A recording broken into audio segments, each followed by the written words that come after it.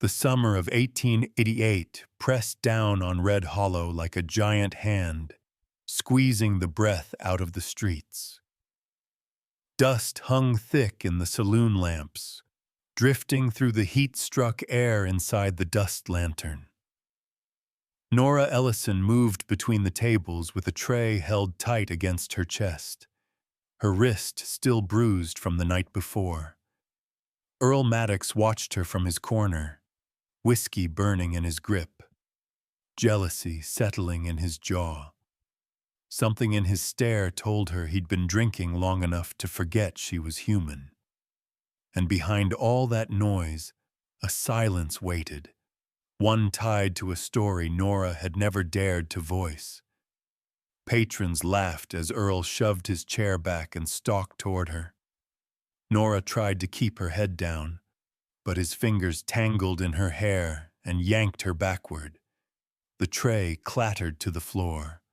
A low ripple of laughter drifted across the room, the kind men make when they've seen too many beatings to care.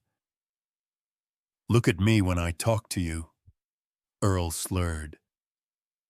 Nora felt the world narrowing into the heat of his breath. She raised her hands in a useless gesture of peace. "Don't hit me here. Please. Not in front of them."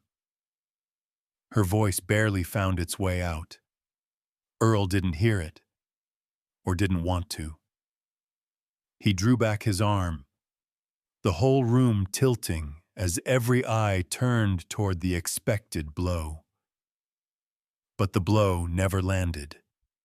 A dark, calloused hand caught Earl's wrist mid-swing, fingers closing like a vice.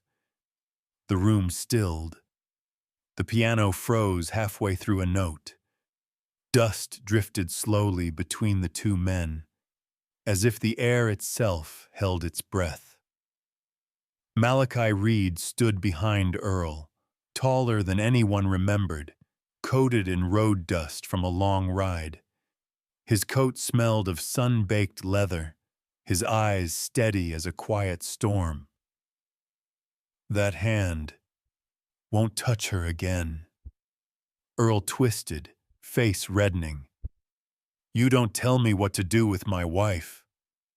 "She doesn't look like anyone's wife," Malachi answered. "Time 300 lums. She looks scared." Nora pressed her back to the wall, heart pounding against her ribs. She had seen Malachi pass through town before, silent, distant, a man who kept the world at arm's length. She had never seen him raise his voice, never seen him raise a hand, and she didn't understand why he did now. That frightened her almost as much as Earl did. The bartender wiped his hands on a rag and stepped forward, a thin smirk on his lips. "She's on paper, Reed, signed for, debt-bound, property of Maddox until the number's clean." He slapped a folded note on the counter. The men muttered their agreement. Malachi's jaw tightened. "She's not property." "In Red Hollow she is," someone spat. Tension wound tight again. Nora watched Malachi's expression shift. Something old flickering behind his eyes. Something that looked like memory and regret tangled together. She'd seen that look once before, in a mirror, on a morning when she couldn't hide the bruise on her cheek. Malachi released Earl's wrist slowly, as if fighting his own instinct. He stepped back, then another. "Walk away, Maddox," he said, voice rough. Earl straightened, rubbing his arm, laughing a hard, empty laugh. "Didn't think you had the sense to back down."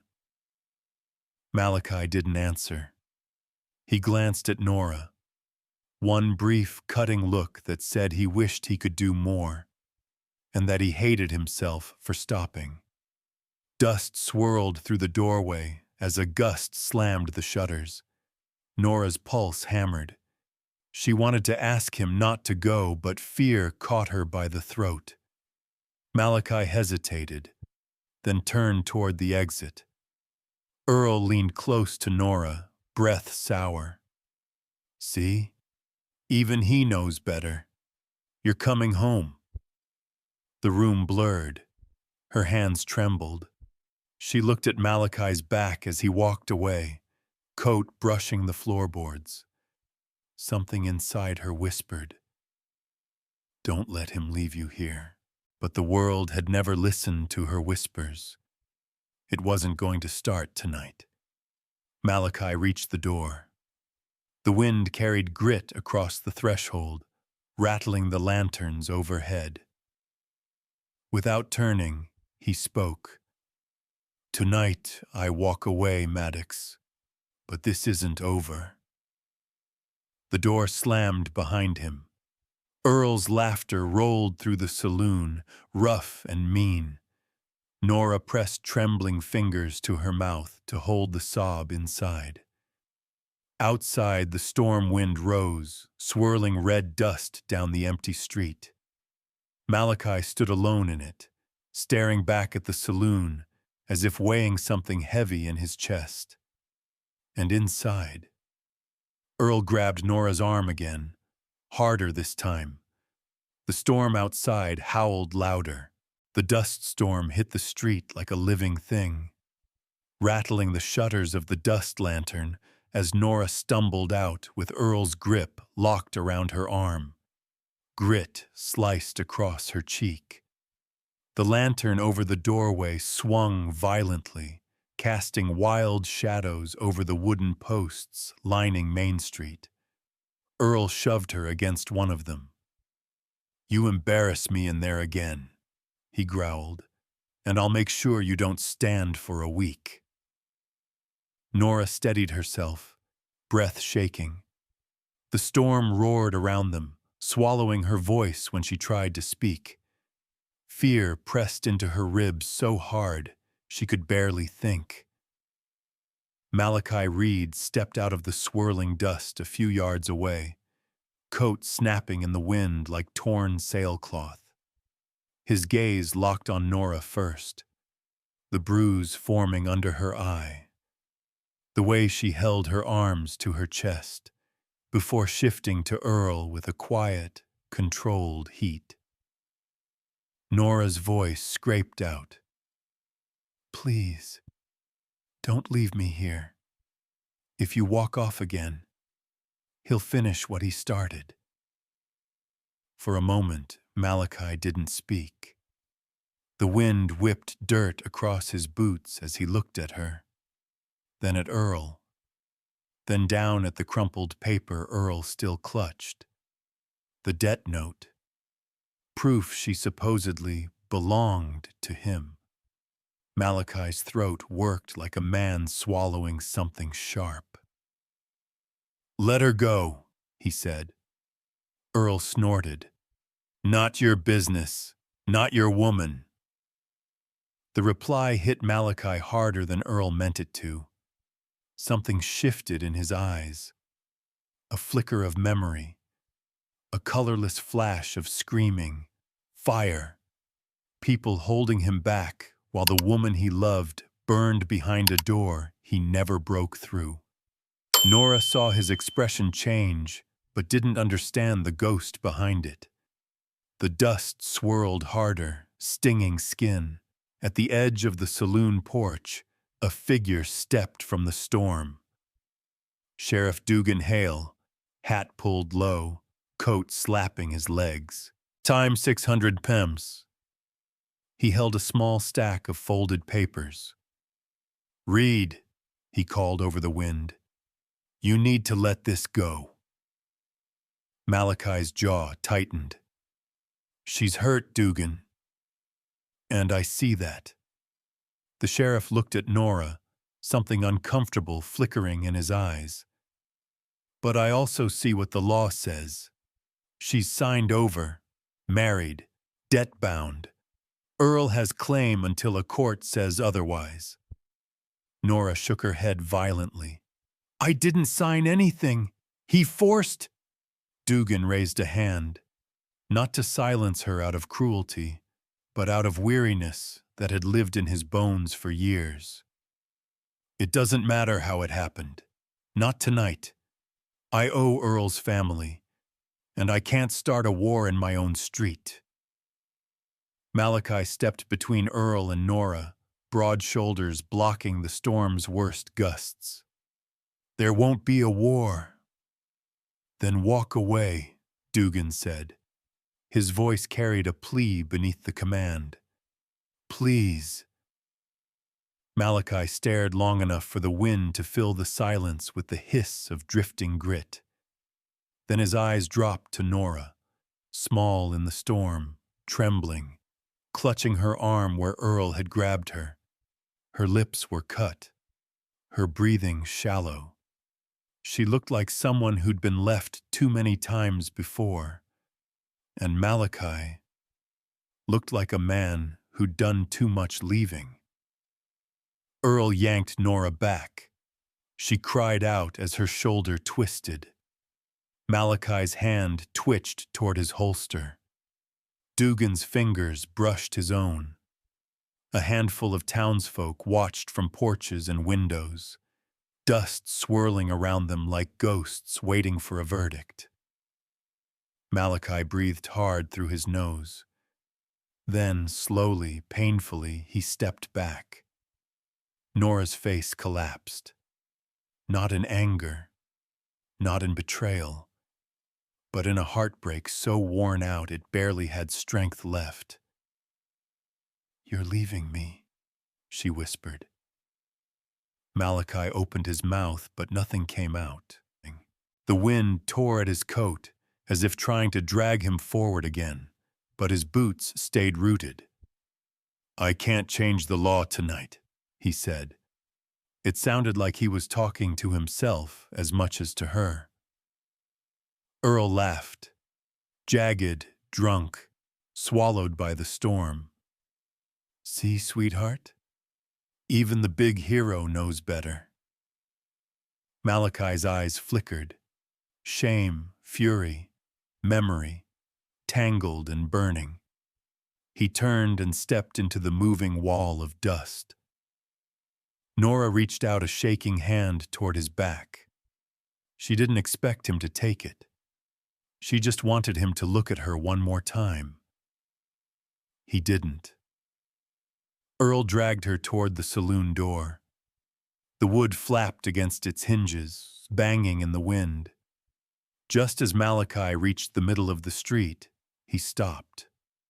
The storm curled around him, coating his shoulders and hat in red grit. Without turning, he spoke. Tonight, I'm walking away. But I'm not done with you, Maddox. The words cut through the storm like a blade. Then he walked on, swallowed by the blowing dust, until nothing remained but a dim silhouette fading into the long emptiness of the street. Behind him, Earl shoved Nora inside the saloon once more. She caught one last glimpse of the storm-blurred figure disappearing into the night. And somehow, that hurt more than Earl's grip on her arm. The door slammed shut, and Malachi, halfway down the street, stopped again, chest rising and falling as he stared at the faint glow bleeding through the saloon shutters. Something inside him twisted hard. He whispered to no one, "Not again. I won't be too late again." Then he turned toward Widow's Creek Ranch, carrying the storm with him. Night settled over Widow's Creek Ranch without a sound, the kind of silence that pressed against a man's ribs. Malachi Reed rode through the open gate with dust still clinging to his coat, the storm fading behind him like a threat that had decided to wait. His horse snorted, tired, uneasy, carrying more weight than the saddle. Jonas Little ran out from the barn, boots slapping the packed dirt. "You're back late," he said, grabbing the reins before the horse could shy away. Then he caught sight of the dried cut on Malachi's knuckles. "You in trouble again, sir?" Malachi slid off the horse, boots hitting the ground heavier than usual. "Just the wrong place at the wrong time," he muttered. Jonas squinted. "Or the right place for somebody." Malachi didn't answer. He brushed past him, heading for the small cabin at the ranch's center. The door creaked as he pushed it open, warm hay scent drifting in with him. Inside, the cabin felt colder than he remembered. The hearth held nothing but pale remains of last night's fire. Ashes spread thin, like a memory someone had tried to forget. On the table lay the silver ring. He stopped in the doorway, throat tightening. The ring caught the moonlight slipping through the window. M and L, carved inside the band by a younger man with steadier hands and far too much hope. Malachi picked it up, held it between thumb and forefinger. The weight was small, almost nothing, yet it tugged at him like a rope pulling backward through time. Jonas lingered at the door. "You want me to warm the hearth?" "No." Malachi's voice came out low. "Leave it be." Jonas hesitated before stepping back outside, closing the door softly. Silence filled the room again. Malachi stood there a long moment, staring at the cold hearth. Then memory surged. Fast, brutal, unwanted, screaming. The orange glow of fire twisting through broken window slats. People yelling for him to stop, telling him it wasn't his place to interfere. Arms holding him back. Lena's voice choked by smoke. He rubbed the side of his jaw hard, trying to erase the sound. It never worked. He set the ring on the table, then lowered himself into the wooden chair nearby. The boards creaked beneath him. He leaned forward, elbows on his knees, eyes fixed on the dead ash. "Should have done something," he whispered. The words tasted like old iron. He pressed a hand over his face, thumb dragging against his temple, the same way he used to when the nightmares woke him.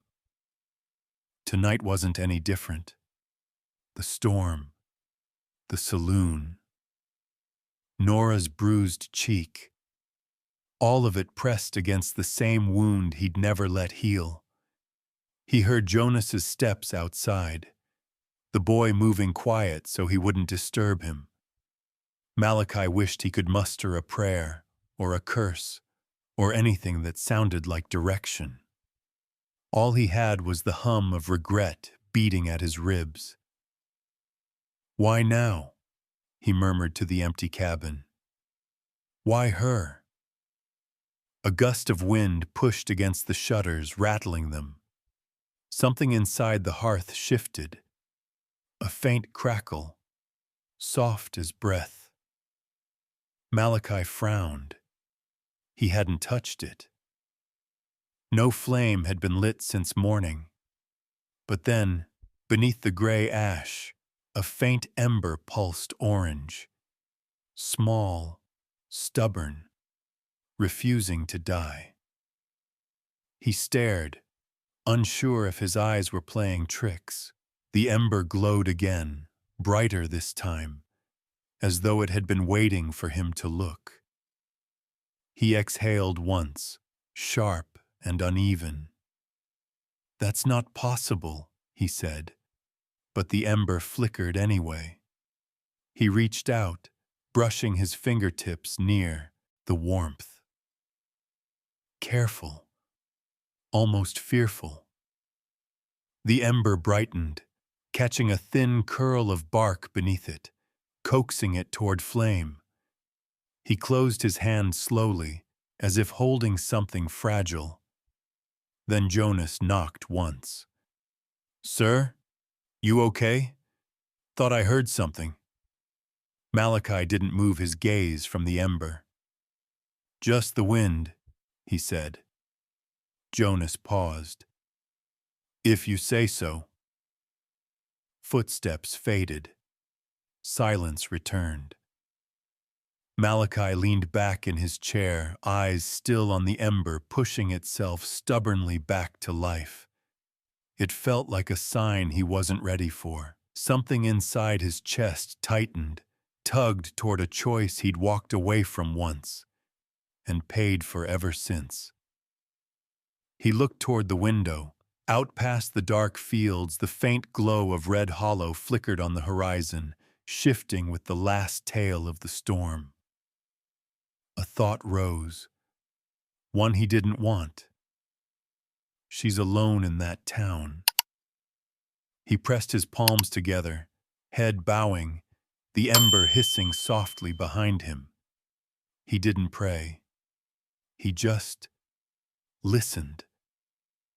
Then, somewhere far off, a lantern outside the dust lantern flickered hard. On, off, on. Caught in the dying wind, as if signaling something no one wanted to acknowledge. Malachi looked up sharply. The ember cracked louder. He rose from the chair. The sun rose sharp and white over Red Hollow, washing the town in a heat that felt older than the land itself. Malachi Reed guided his wagon toward the churchyard, a bundle of hay tied in the back, dust lifting behind him like a thin ghost trailing his wheels. The storm had passed, but its sting still clung to the air. The church bell rang 3 slow times. Low, hollow, tired. Malachi felt the sound settle in his ribs. Behind the church, where grass grew uneven between wooden crosses, Nora Ellison knelt beside a small mound of reddish dirt. She hadn't heard the wagon. Her shoulders were pulled tight around her frame, as if her own bones were bracing themselves. A thin chain slipped from her fingers, and a small ring, dull, bent, worn, rested in her palm. N and L. The letters were almost rubbed away. She touched the mound gently. "Luke, you're free now," she whispered. "You always deserved better than this place." Her breath shivered on the last word. She pressed the ring to her forehead, then to the dirt, holding it there a moment before pulling it close again. Malachi stopped a few feet away, boots sinking into the soft earth. The breeze carried the faint scent of juniper and old wood. He didn't speak yet. Something in the moment told him this wasn't meant to be broken. Nora wiped her face quickly, trying to hide the shake in her hands. But when she looked up and saw him, her eyes hardened into something like bitter humor. "You again," she said. Her voice came out sorrowful, not sharp. "Did you follow me here?" "No," Malachi said. "Just delivering feed." She huffed, half laugh, half sigh. "Of course. You always seem to be in the right place at the wrong time." He shifted his weight. "You left the saloon early. I had to breathe." She motioned toward the grave. "He never made it west. Fever took him before we crossed the border. I buried him myself. Some days I think I should have stayed in that dirt with him." Malachi's jaw tightened. "Don't say that." "Why not? Might have saved me a lifetime of cheap men with quick fists." He stepped closer. Nora turned away, staring at the mound as if it were the only honest thing left in town.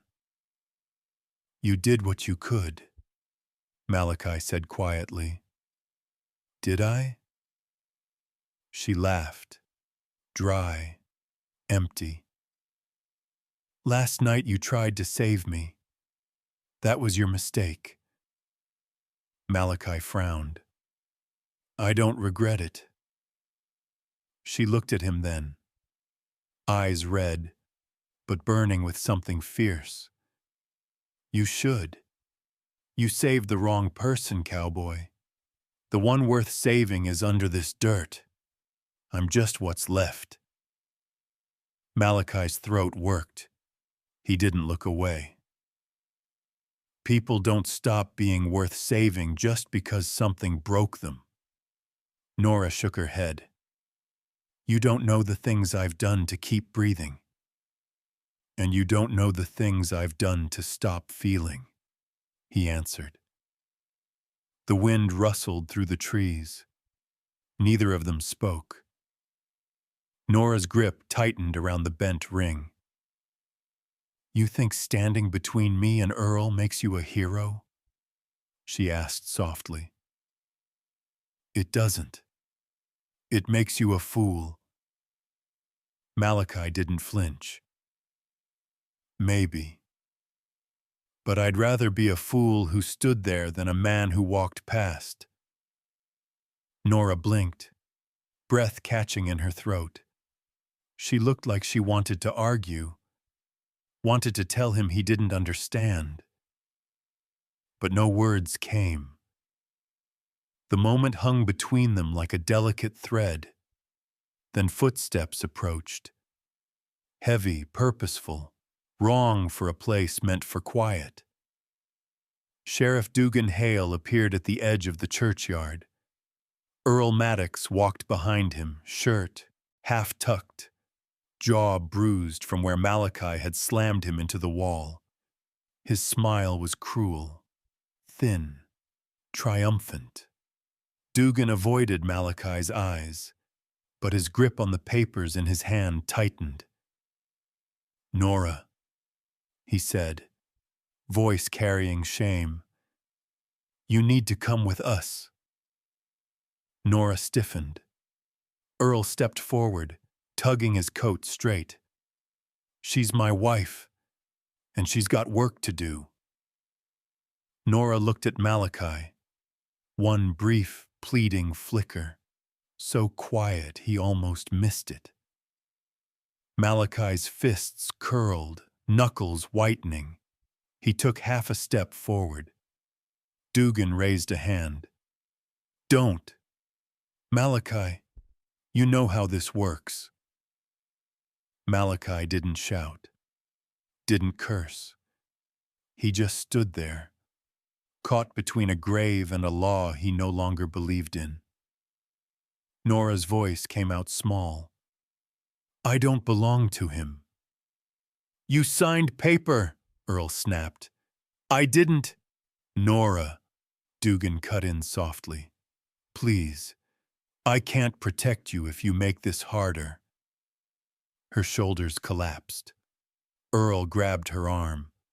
Malachi looked at the dirt mound, then at Nora's face, pale, tired, bracing for another blow she couldn't stop. He didn't move. He couldn't.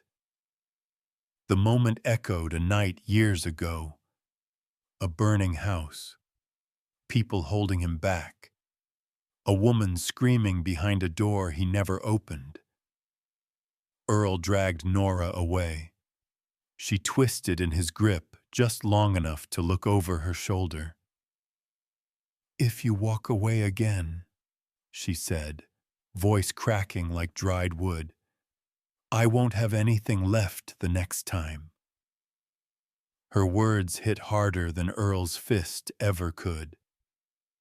Malachi stood rooted to the earth, heart hammering, guilt clawing through his chest as the sheriff and Earl led her down the dusty path out of the cemetery. The ring in Nora's hand glinted once in the sunlight before disappearing behind the church. The wind shifted. Malachi's breath broke. The storm returned after sundown, rolling across Red Hollow like a curtain of red sand. Wind slammed against the shutters of the dust lantern, rattling them in their hinges. In the narrow back corridor of the saloon, Nora Ellison stumbled as Earl shoved her forward, his breath hot with whiskey and rage. "You cried over that grave like he was worth more than me," Earl snarled. "I'll teach you what loyalty looks like." He pushed her into the small room behind the saloon, a place that smelled of sweat, beer, and old tobacco, and kicked the door closed with his boot. Nora tried to pull her hands away, but he grabbed her wrists and tied them to the bedpost with a strip of leather. Her breath hitched as the knot cinched tight. "Please don't," she whispered. "Shut up." Earl's belt rasped through its buckle. "Tonight you pay in full." A gust slammed into the building so hard the walls shivered. Dust hissed through the cracks, swirling under the door like a warning. Nora squeezed her eyes shut, bracing for pain. But then, down the hall, a floorboard creaked. Not from drunken feet, from measured, deliberate steps. Earl froze. "Who the hell?" The doorknob jerked once, then again. Earl spun, grabbing the nearest bottle. "Who's out there?" The door exploded inward. Malachi Reed filled the doorway, broad shoulders blocking the storm's flicker from the hall. His coat hung heavy with dust, his jaw set like carved stone. His eyes swept the scene. Nora tied, Earl gripping the bottle, the welt on her cheek, and something inside him snapped open. Nora felt her heart lurch upward. Painful, sudden. For a moment she only stared, afraid he might vanish. A hallucination pulled out of fear and longing. Earl recovered enough to bark, "Get out. She's mine to discipline." Malachi didn't answer. He moved. Not with fury, not with wildness, but with a terrifying certainty. Like a man stepping into the one moment he swore he'd never fail again. Earl swung the bottle. Malachi caught his wrist mid-arc, twisted, hard, bone cracked. Earl screamed. The bottle shattered on the floorboards. "You touch her again," Malachi said, voice low, even, cutting, "and I won't stop at the wrist." Nora watched Earl crumble, clutching his arm. She had seen men fight before, ragged, desperate, sloppy. This was different. Malachi wasn't fighting Earl. He was fighting something older, something burning behind his eyes. Earl lurched, reaching for the belt he'd dropped. Malachi kicked it away, grabbed him by the shirt, and slammed him into the wall. The plaster cracked. Earl's head snapped back. His knees buckled. "Stop!" Earl gasped. "I'll call the sheriff." Malachi hovered inches from his face. "Call him." Earl wilted. Dust drifted from the ceiling as the storm groaned against the roof. Malachi turned from him. He knelt at the bedpost, working at the knot around Nora's wrists. His hands, rough from years of ranch work, moved slowly, gently, too gently for a night like this. "You hurt?" he asked softly. She swallowed. "Not as much as I was going to be." "Good." His voice shook just slightly. I'm getting you out of here." Behind them, Earl dragged himself toward the door, fury twisting his face. "You can't take her! She's bound to me on paper!" Malachi stood, shielding Nora with his body. Time 300 malums. "You lost the right to paper the moment you raised that belt." Earl spat blood. "Sheriff Hale'll brand you a kidnapper, a criminal." Malachi's shadow filled the room. "Let him try." The storm roared outside, shaking the saloon like it wanted inside. Malachi gathered Nora in his arms. She didn't protest, didn't even try. Her body trembled against him, her forehead resting briefly on his shoulder. The only safe place she'd had in months. He carried her into the hall just as the back door crashed open. Sheriff Dugan Hale stood there, lantern in hand, dust coating his coat. His eyes widened at the sight. Nora bruised and limp in Malachi's arms. Earl slumped against the broken wall. "Malachi," Dugan said, voice tight. "Put her down." "No. You're taking her from her lawful husband. She's bleeding. She's bound to him." Malachi stepped forward. "She's bound to nothing but that man's cruelty." Dugan swallowed hard, torn apart in places he didn't want to admit. "If you walk out that door with her, the law says you're abducting a married woman." Malachi's grip tightened around Nora. Nora's voice barely surfaced. "Please, don't leave me here again." Something inside Malachi's chest caved inward. His next words weren't loud, but they were final. "The law didn't save her tonight. I did." He brushed past Dugan. The sheriff's lantern trembled as Malachi stepped into the storm with Nora held close. Dugan turned to Earl, who was holding his broken wrist and shouting curses into the wind. The sheriff hesitated, one long, painful second, then didn't follow Malachi.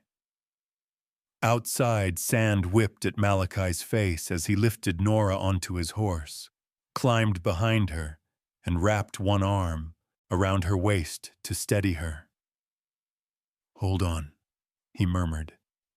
She leaned back into him, eyes closing. They rode into the storm, leaving Red Hollow howling behind them. The storm chased them across the open flats, wind clawing at Malachi's coat as he held Nora steady in front of him. She slumped against his chest, half conscious, her breaths shallow against the wool fabric.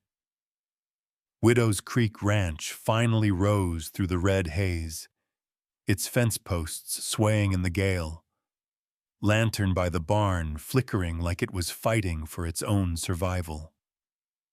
Malachi jumped down, lifting Nora carefully off the saddle. She winced when his arm brushed her ribs. "Sorry," he murmured. "It's all right," she breathed, though the words shook. Jonas Little burst out of the barn, eyes wide as he saw the blood on Nora's cheek, the torn fabric on her shoulder. "What happened? Did someone—" "Inside," Malachi said. "Now." Jonas didn't ask again. He sprinted ahead, throwing open the cabin door. The room inside was dark and cold. Malachi carried Nora to the chair beside the dead hearth and lowered her gently. Her whole body trembled once the weight was off her legs. She pulled her arms close as if expecting another blow. "Jonas," Malachi said, "bring water and blankets." The boy ran. Malachi knelt in front of Nora, close enough to see the split in her lip, the bruise forming along her jaw. He reached for the hearth, stacking wood with steady hands before striking a match. The flame caught slow, then faster, until heat began to push back the cold. The firelight washed over Nora's face. She blinked at it, the glow softening the fear in her eyes. "You're safe," Malachi said quietly. "No one's touching you here." She tried to nod, but the motion sent pain through her shoulder. Her voice came thin. "You shouldn't have done that. They'll call you a criminal." "I've been called worse," he said, "and survived all of it." A faint, pained smile tried to form on her lip. Failed. Then tried again. "You don't know what Earl will do, what the sheriff might have to do." "I know enough." Malachi looked into the fire, jaw tightening. "And I know I'm done walking away." Jonas returned with warm water and a blanket. Malachi took the cloth, dipped it, and pressed it gently to Nora's cheek. She sucked in a sharp breath. "Easy," he said. Nora watched him through lowered lashes, studying his face like she was searching for the reason behind his actions.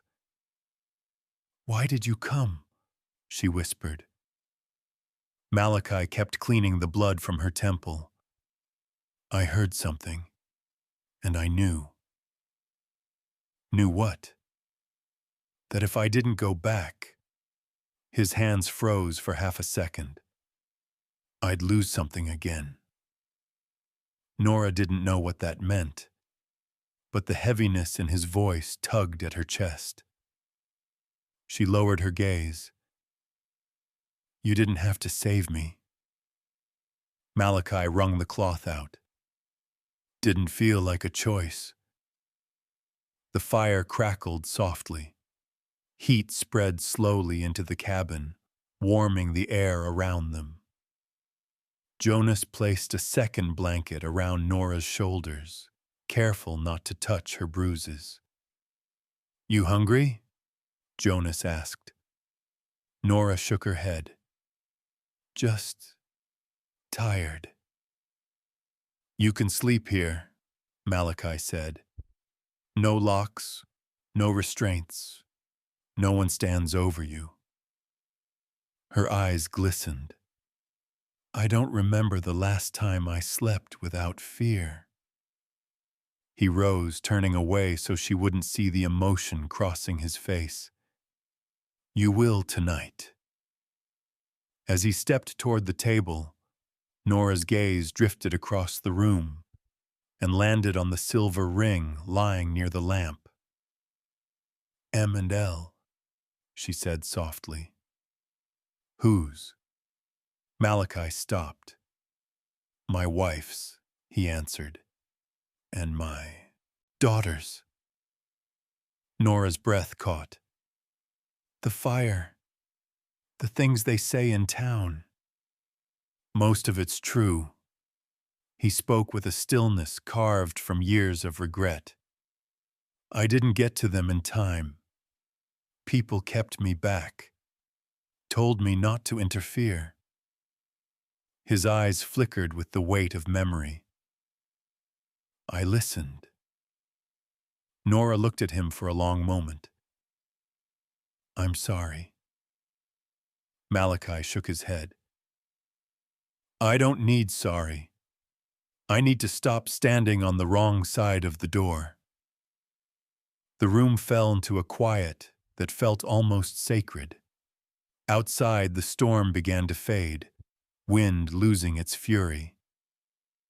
Jonas set the kettle over the fire and stepped out to tend the horse, giving them space. Nora pulled the blanket closer. "You could still hand me back. Pretend tonight didn't happen." "I won't. You'll pay for it." "Maybe." He met her gaze. But so will a lot of men who ever laid a hand on you.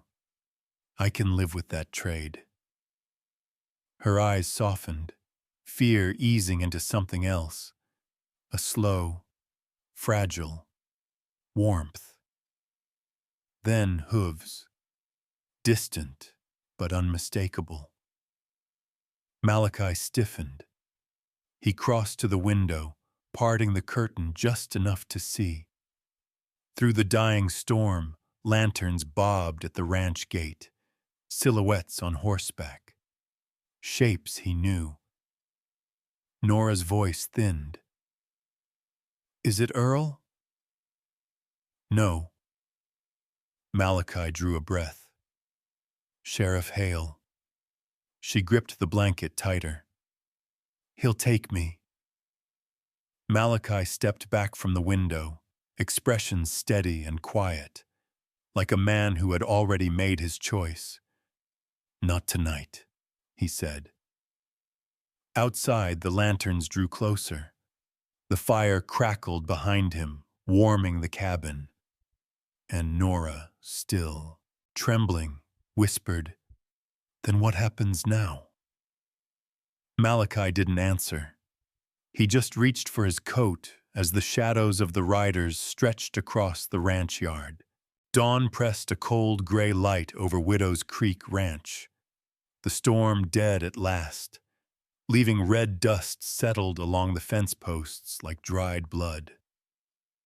Malachi stood on the porch, coat pulled tight, watching the silhouettes gathering at the ranch gate. Lanterns flickered in the pale morning.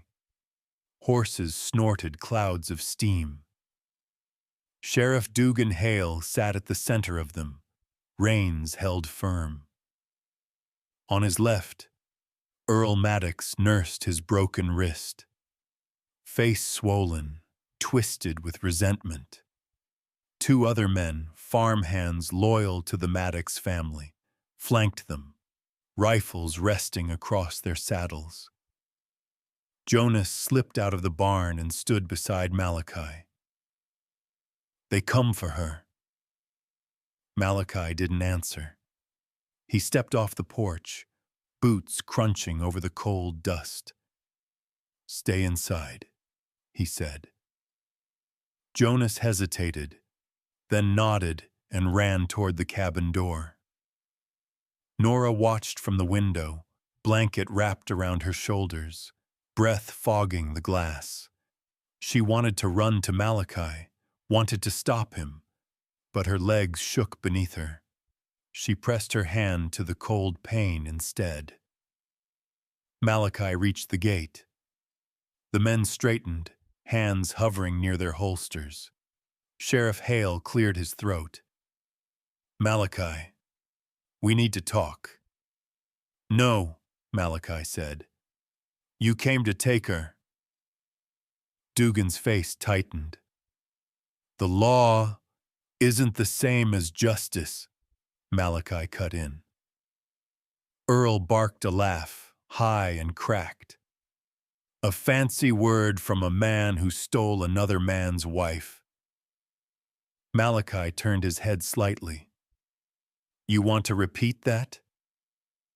Earl flinched, hid it with a sneer. You heard me. Dugan raised a hand. Enough. He pulled a folded stack of papers from his coat. Contracts, receipts, and at the top, the marriage certificate Earl waved like a weapon. Times 600. This is what binds her, Dugan said. This, and the debt she owes. It says she belongs to Earl until it's paid. Malachi stepped closer, voice steady. Look at her face, look what he did. Break time 200 mems. That paper doesn't bind anything but your conscience. One of Earl's men spat into the dirt.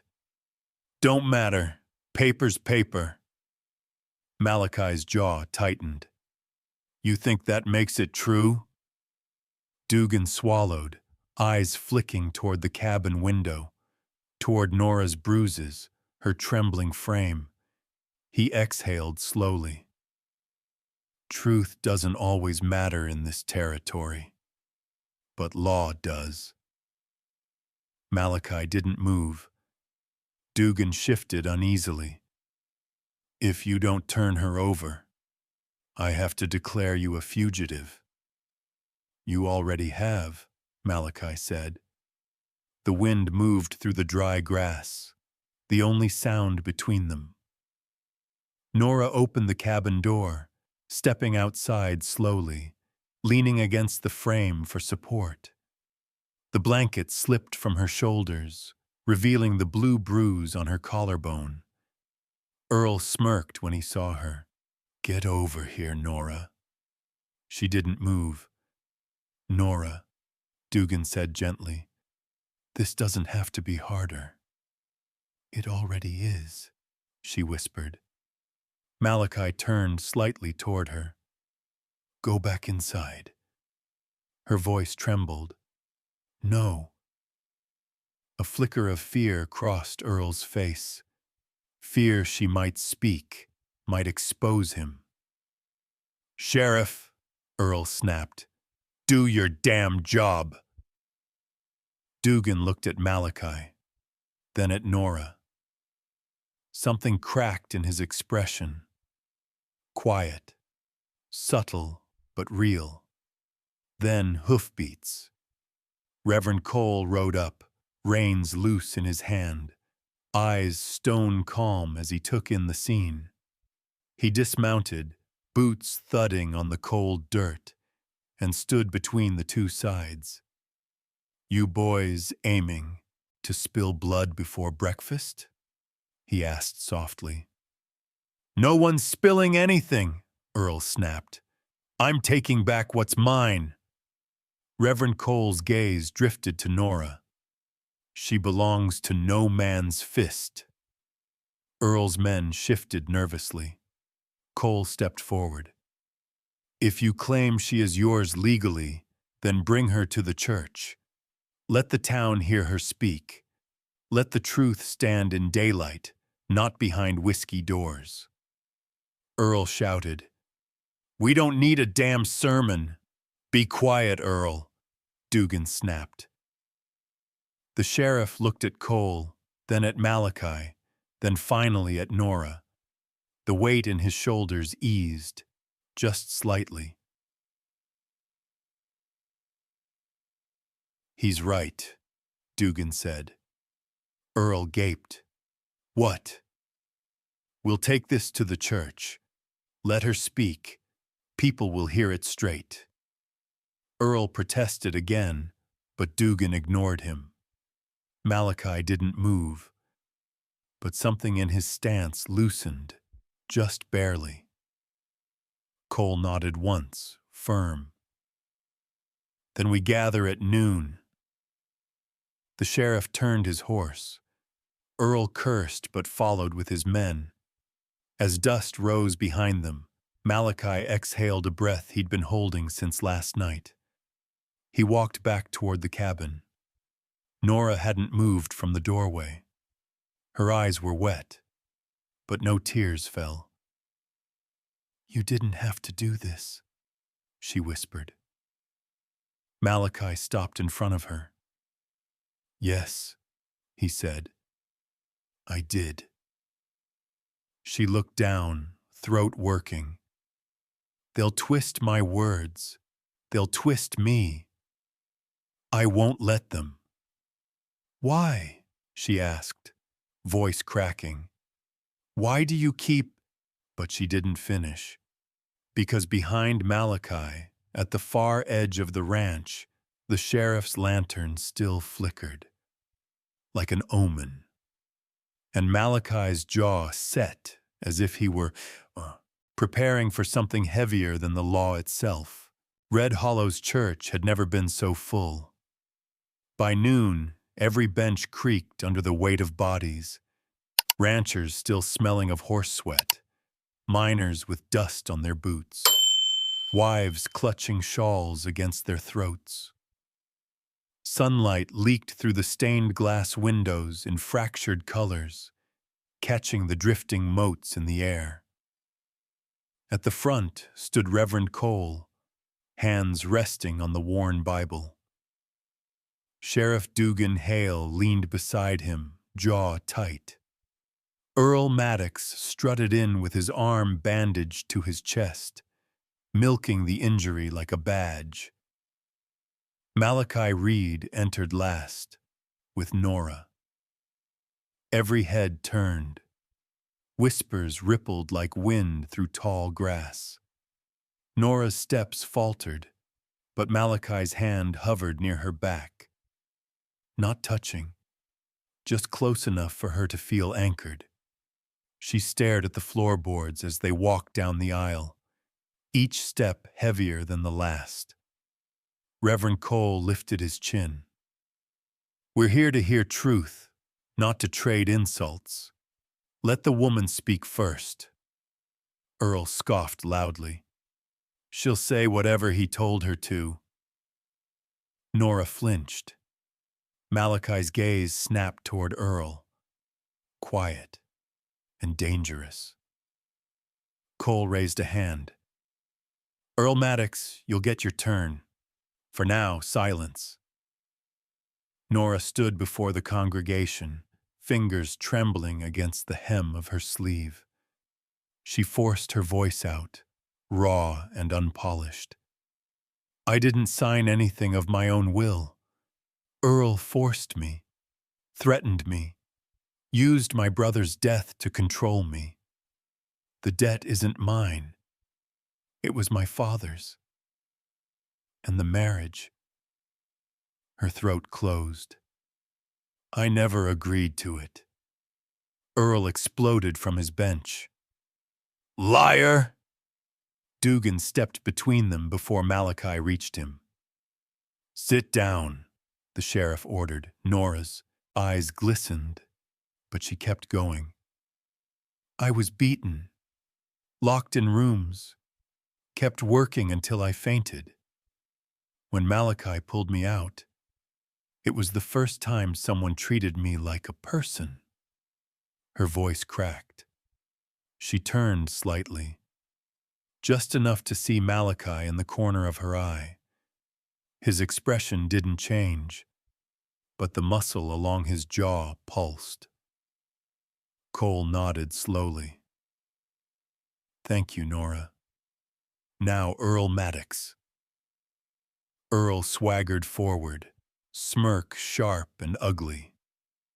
"She's lying because she knows the law's on my side. I got the papers, right here. Marriage certificate, debt note, signatures all proper." He slapped them on the pulpit. The room murmured, some believing, others uncertain. Cole turned to Sheriff Hale.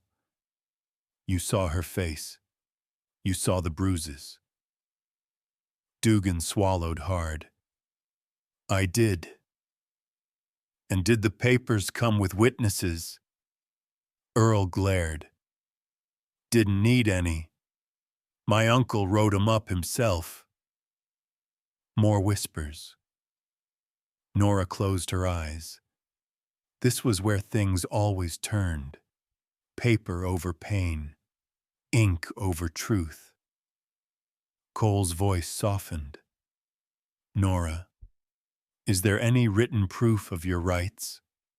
Anything from your family?" She shook her head, then froze. A memory hit her.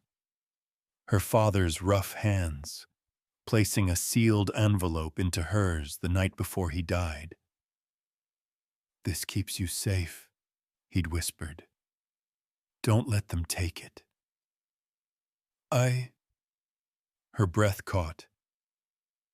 "My father wrote a letter for a lawyer in San Miguel. It says the land we traveled for was supposed to be in my name."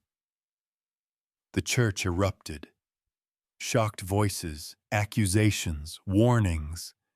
Earl's face drained white, then flushed purple. That letter don't matter anymore.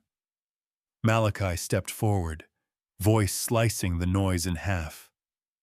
It matters if it tells the truth. Dugan looked sharply at Earl. Where's the letter now? Gone, Earl snapped. Lost on the road. But his eyes flicked, just once, toward the back room of the church. Everyone saw it. Reverend Cole exhaled. Then we'll search for it. That's enough, Earl roared. She's mine. Nora lifted her chin. Not defiance, but exhaustion sharpened into something brittle and still standing. I am not yours, she said, voice shaking but clear. Not by law, not by debt, not ever. Silence fell. So deep the dust seemed to hang still. Earl lunged. Malachi moved faster, hand locking around Earl's collar just before he reached her. The crowd gasped as Earl slammed into a pillar, wood splintering. Touch her again, Malachi growled, and this town won't have enough men to pull me off you. Dugan grabbed Malachi's arm. Let him go, not here. Malachi released Earl, slowly, reluctantly, like a man unhooking himself from a fight years overdue. Earl slumped to the floor, wheezing. Reverend Cole lifted his Bible. This hearing is adjourned until the letter is found. No man is to take Nora anywhere. He turned to Malachi. Take her back to the ranch. She stays with you until the truth is settled. Earl screamed curses as Dugan hauled him back. But Nora didn't hear him. She was staring at Malachi, at how he stepped between her and danger as if it were instinct, not choice. And for the first time in years, the tightness in her chest loosened. Just a little, but enough. Malachi offered her his hand. She took it. Night settled over Widow's Creek Ranch like a heavy blanket, pressing down on the quiet hills until even the crickets gave up their song. The wind had died, leaving only a faint creak from the barn door and the low hum of a lantern burning near the window. Malachi Reed pushed the cabin door open with his shoulder, carrying a stack of split wood. The air inside held the soft warmth of a newly lit fire. Nora sat near the hearth, knees drawn to her chest, staring at the flames as if they were speaking to her. She didn't turn when he entered. She didn't have to. She felt him by the shift in the air alone. You should rest, Malachi murmured, setting the wood aside. I don't know how, she whispered. Feels like if I close my eyes, I'll wake up back in that room. He crouched by the fire, feeding it another piece of pine. You're not going back there. I know you say that. She glanced at him, eyes reflecting the orange glow. But the law still calls him my husband. Malachi didn't answer. The truth sat sharp between them. He rose and walked to the table. A folded, creased envelope lay there. Edges burned, ink faded. He picked it up slowly. Nora watched him, the fire painting his silhouette in warm amber. What's that? A letter, he said. From who? He swallowed. My wife. Nora straightened slightly. She didn't gasp. She didn't apologize. She just waited. Malachi unfolded the paper as if it might crumble. She wrote it the night before she died. I didn't know until after. Someone slid it under the door. His breath tightened. She said she was scared. Folks were talking. Trouble was coming, and she begged me to take her away. He stared at the words he'd memorized years ago. I told myself the rumors weren't real, that people wouldn't go that far. His jaw clenched. I didn't stand between her and danger when I should have. I stayed out of it. Tried to keep peace, tried to follow the rules. The letter trembled in his hand. And then the fire came, and the shouting, and I was too late. Nora turned fully toward him. You weren't the one who killed her. It don't feel that way, he whispered. The wind rattled the window, a small reminder of the world outside. Malachi folded the letter gently and set it beside the silver ring engraved M and L. The fire popped, sending sparks up the chimney. Nora rose, crossing the room slowly, the floorboards creaking beneath her bare feet. I have something too, she said softly. She pulled a thin hemp string from her pocket. A dull brass ring hanging from it, scratched, initials carved rough, N and L. My brother, Luke. Before fever took him, he made me this. Said I shouldn't marry anyone unless they treated me better than he ever could. A wet laugh escaped. I didn't listen. Her fingers shook as she set the ring beside his. Malachi looked at the two small objects, one heavy with grief, one heavy with guilt, and something inside him shifted. We're both carrying ghosts, she whispered. Feels like they've been steering me more than my own hands, he admitted. The flames danced higher, warming their faces. Nora sank onto the bench, and Malachi sat beside her. For a long moment, neither spoke. When Earl beat me, her voice trembled. I wasn't angry at him. Not really. Her gaze stayed on the fire. I was angry at myself. Angry I believed what men like him and my father said, that I was trouble, a burden, something to use. Malachi's breath caught. Maybe the worst beating is the one you keep giving yourself, she whispered. The one that says you deserved every hit. Malachi looked at her then, really looked. You don't deserve any of that. Not one bruise, not one word. And you don't deserve to carry her death like it's a chain, Nora said. Malachi opened his mouth, but a sudden pounding at the door cut the moment clean in half. Nora jerked upright. Malachi reached for his revolver. Hoofbeats shuffled outside. A lantern flickered through the window. Jonas called from the porch, voice tight. Mr. Reed, it's the sheriff. Malachi and Nora exchanged a glance. Fear, hope, dread tangled together. Malachi pushed to his feet, gripping the door handle. He opened it. Sheriff Dugan Hale stood in the dark, coat soaked with mud, chest rising hard. His face looked like a man who dug through hell.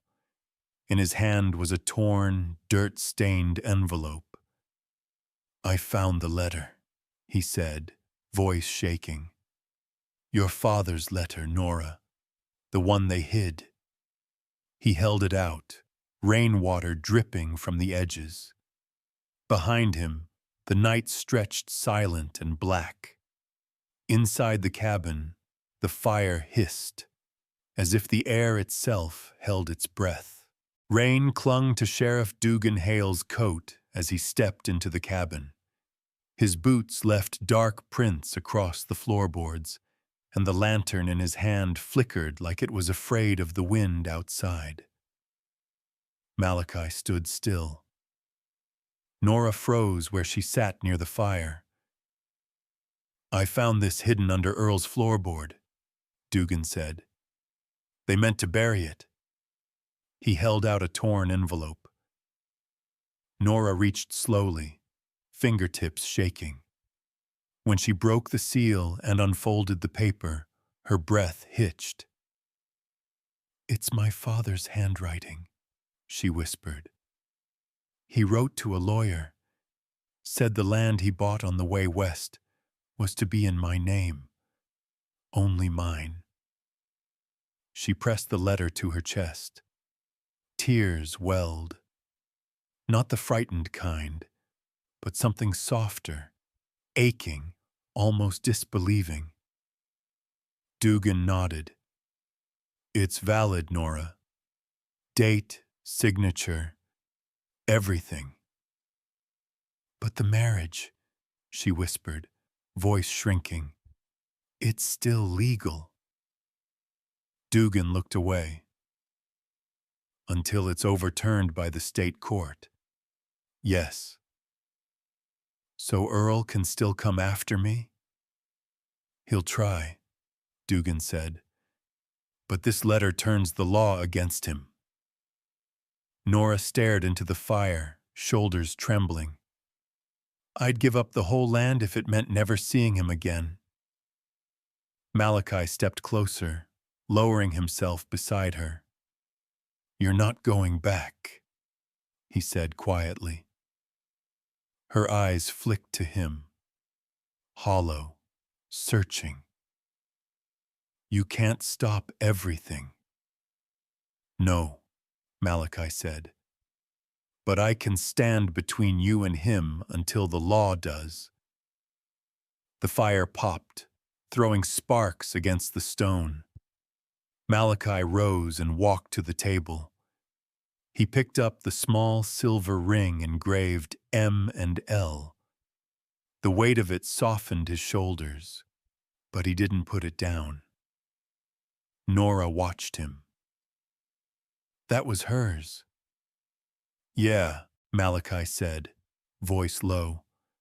"Last piece of her I got." His thumb brushed the inside of the band once. Then he took out his pocket knife. Nora straightened. "Malachi?" He pressed the blade gently into the silver, scraping, etching, marking. The lantern wavered with each careful movement. When he was done, he held the ring so she could see. Inside, next to the faded old initials, was a new letter. Rough but steady. Nora inhaled sharply. Malachi knelt before her, hands steady in spite of the storm outside. "I've lived a long time with a house that burned, and a mistake I'll never outrun," he said quietly. "But tonight, I want to carry something different." "Nora," he continued, "if you want it, if you choose it, take my name. Not because you owe me anything, but because Earl won't ever own you again. And because I want a life where I stand with you, not watch from the outside." Nora's breath trembled. "You don't know how broken I am." "I don't need you whole," he said. "Just here, by this fire, even if you're scared." A single tear slid down her cheek. She looked at the ring. Small, imperfect, warm. Behind them, Dugan cleared his throat. "If she wears your name, Malachi, Earl won't have a claim left that'll stick. Judge or no judge." He hesitated. "And I'll make damn sure he doesn't try anything before then." Nora lifted her hand slowly, hesitantly, and Malachi placed the ring in it. The metal felt warmer than it should have. Her fingers closed around it like closing a wound. "You're asking me to walk a hard road," she whispered. "I'm asking you not to walk it alone." Nora slid the ring onto her finger. It fit unevenly, but it shone. Malachi let out a breath he'd been holding for years. Dugan put on his hat. "Red Hollow won't be the same after this." He nodded. At Nora. At Malachi. At the fire burning steady in the hearth. "Neither will I." He stepped into the rain. The door closed softly behind him. Nora looked down at her hand. The new letter carved beside an old life. She turned the ring once, the fire catching the silver. It trembled slightly, but for the first time, the fear in her wasn't the kind that made her shrink. It was the kind that meant she had something worth holding on to. Malachi sat beside her, elbows on his knees, palms open as if offering the quiet itself. "It's just a ring," she whispered. "A start," he said. Outside the storm softened, rain turning to mist. Inside the fire held, warm, steady, waiting. Spring found Widow's Creek Ranch slowly, like it wasn't sure it was welcome. Snow thinned on the hills, leaving dark streaks of earth behind. The wind softened. Grass pushed up shyly through the melt. And inside the small cabin at the center of the ranch, a steady fire burned every morning. Warm, bright, insistent. Nora Reed, still unused to the new name, stood over the table, slicing potatoes for the stew pot. Her sleeves rolled to her elbows, faint scars still visible but fading. Steam curled up from the simmering pot into the dim rafters overhead. Behind her, children's voices echoed. Jonas Little leaned over a small wooden desk, helping two orphaned youngsters Reverend Cole had brought. "No, that's an S," Jonas said, nudging the chalk. "Looks like a snake that forgot where it's going." The younger boy giggled. Nora smiled despite herself. She stirred the stew and watched the fire breathe under the iron pot. Steady, patient, like a heartbeat. Malachi stepped in from outside, brushing dust from his coat. His shoulders were broader somehow, as if the months had rebuilt him. He paused in the doorway, watching the scene. Nora tending the pot, the children learning, Jonas laughing. A home forming where there had once been only silence. "You're staring," Nora said without turning. "Maybe," he answered, setting his gloves on the table. "Hard not to." Nora shook her head softly, cheeks warming. "Stew's almost done. I could smell it from the fence line." They shared a glance, small, warm, steady. Outside, the ranch carried on with the simple sound of work. A hammer on wood, the whinny of a restless mare. Malachi had spent the morning repairing the east fence, not to keep the ranch alive, but to build something for people he cared about. Nora ladled stew into bowls, handing one to every child, then to Jonas. Malachi took his last. They gathered around the table. An odd family, mismatched, rough-edged, but whole in a way none of them had expected. As they ate, the youngest girl looked at Nora's hand. "Miss Nora," she said softly, "your ring's shiny today." Nora glanced down. The silver band glowed in the firelight. M and L and N catching small flashes of gold. She touched it gently. Just the fire making it look that way. But Malachi knew it wasn't just the fire.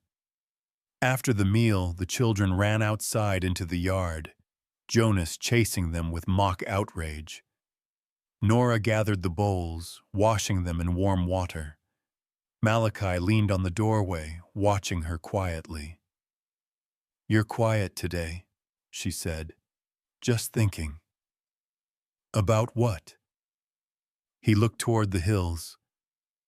"About how different this place feels with folks in it."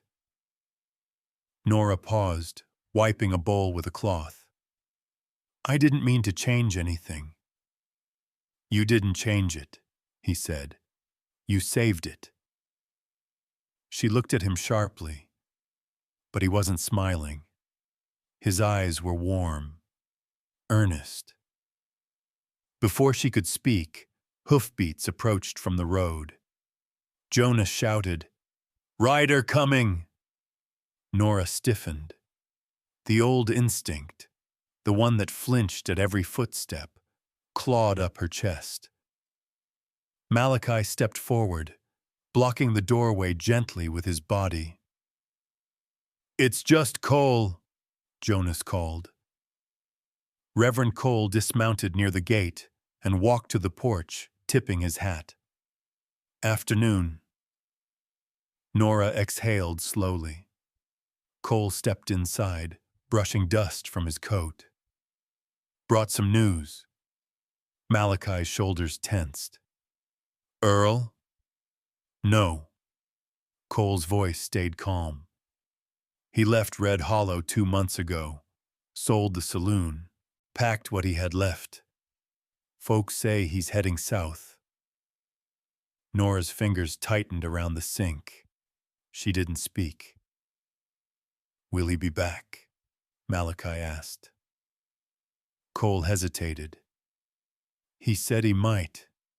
One day." A cold wind slipped under the door. Nora stared at a knot in the wood grain. "If he comes," she whispered, "I don't want to be afraid." Malachi stepped beside her, close enough their sleeves touched. "You won't face him alone," he said. Cole nodded toward her ring. "Town's already calling this place the Reed home. Folks see how you care for the children. They see the change in Malachi." He smiled softly. "Wedding or not, you two built something real." Nora lowered her head, blinking quick. Malachi touched her arm, gentle, steady. Cole cleared his throat. "One more thing. Some of the church women want to bring supplies, clothes, food. They say this ranch is becoming a haven." Nora's breath caught. "For who?" "For anyone who needs one," Cole said. "Widows, runaways, drifters, folks who don't have a place." Malachi glanced at Nora, surprised. But in her face he saw something shifting, fear giving way to purpose. "We can help them," she said softly. "You already are," Cole replied. After the Reverend rode off, the ranch fell quiet again, except for the children laughing outside. Nora stepped to the window, watching them run through the pale spring grass. Malachi stood behind her, arms folded, not guarded, simply watching her watch the world. "You ever think you'd be here?" he asked. "No," she said. "I thought my life ended in Red Hollow." He nodded softly. Mine ended in a fire. Nora touched the ring. Maybe we're building a new one. Malachi didn't answer. He didn't need to. Outside, the sun dipped low. The windows glowed gold. That warm, unmistakable promise of a place that finally felt like home. The afternoon settled soft and windless over Red Hollow, the kind of quiet that made the town seem smaller, gentler than it really was. Malachi tied the reins of his horse to the fence outside the churchyard. The sun hung low, spilling gold across the neat rows of weather-worn headstones. Nora stepped down behind him, her skirt brushing the dry grass. She held something small in her hand, a simple brass ring on a frayed string. N and L glinted faintly. "Ready?" Malachi asked. "No," she whispered. "But it's time." They walked together through the gate. Gravel crunched under their boots. Nora's steps slowed as they reached the far corner of the cemetery. Luke Ellison's grave. She knelt, fingers brushing the carved name. "Luke, I'm not the girl who left you behind anymore." She set the ring at the base of the cross, smoothing the earth around it.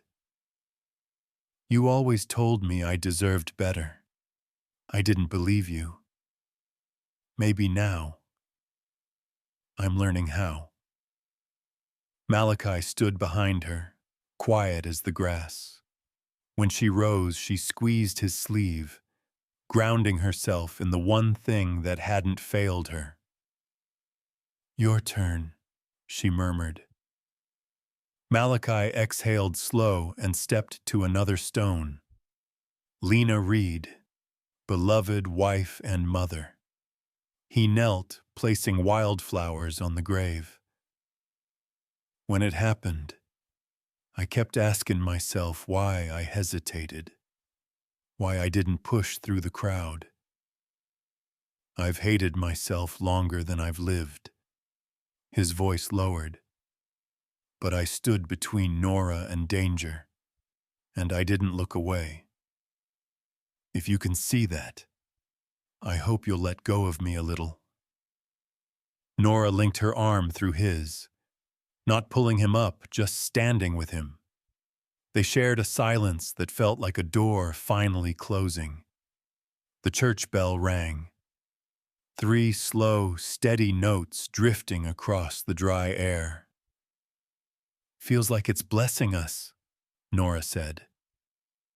Malachi's mouth twitched. "Or warning us."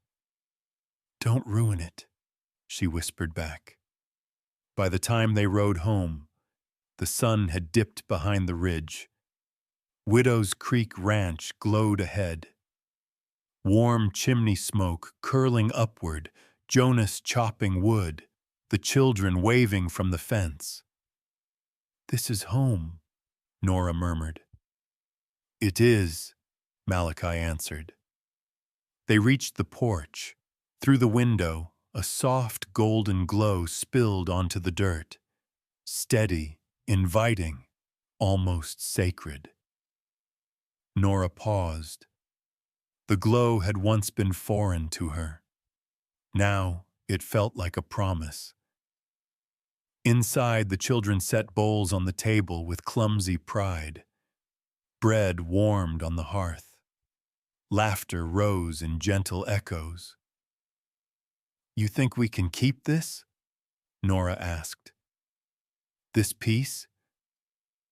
Malachi looked toward the rolling hills.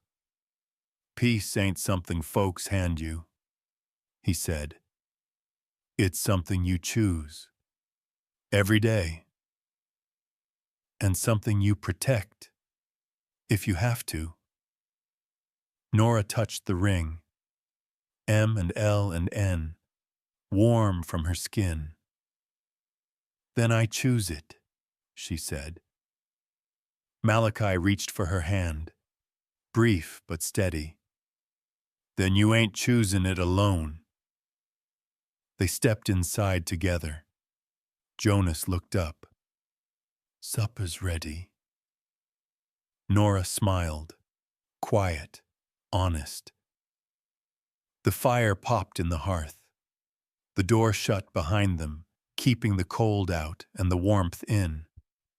Through the window, the golden light held steady, a signal to any soul wandering the dust. There is a home here. There is a fire. There is room for you. And thank you for walking these dusty roads with us today. If this tale touched your heart, I'd love to hear your thoughts in the comments. Please like the video, subscribe, and ring the bell so you never miss the next of our Western tales. The afternoon settled soft and windless over Red Hollow, the kind of quiet that made the town seem smaller, gentler than it really was. Malachi tied the reins of his horse to the fence outside the churchyard. The sun hung low, spilling gold across the neat rows of weather-worn headstones. Nora stepped down behind him, her skirt brushing the dry grass. She held something small in her hand, a simple brass ring on a frayed string. N and L glinted faintly. Ready? Malachi asked.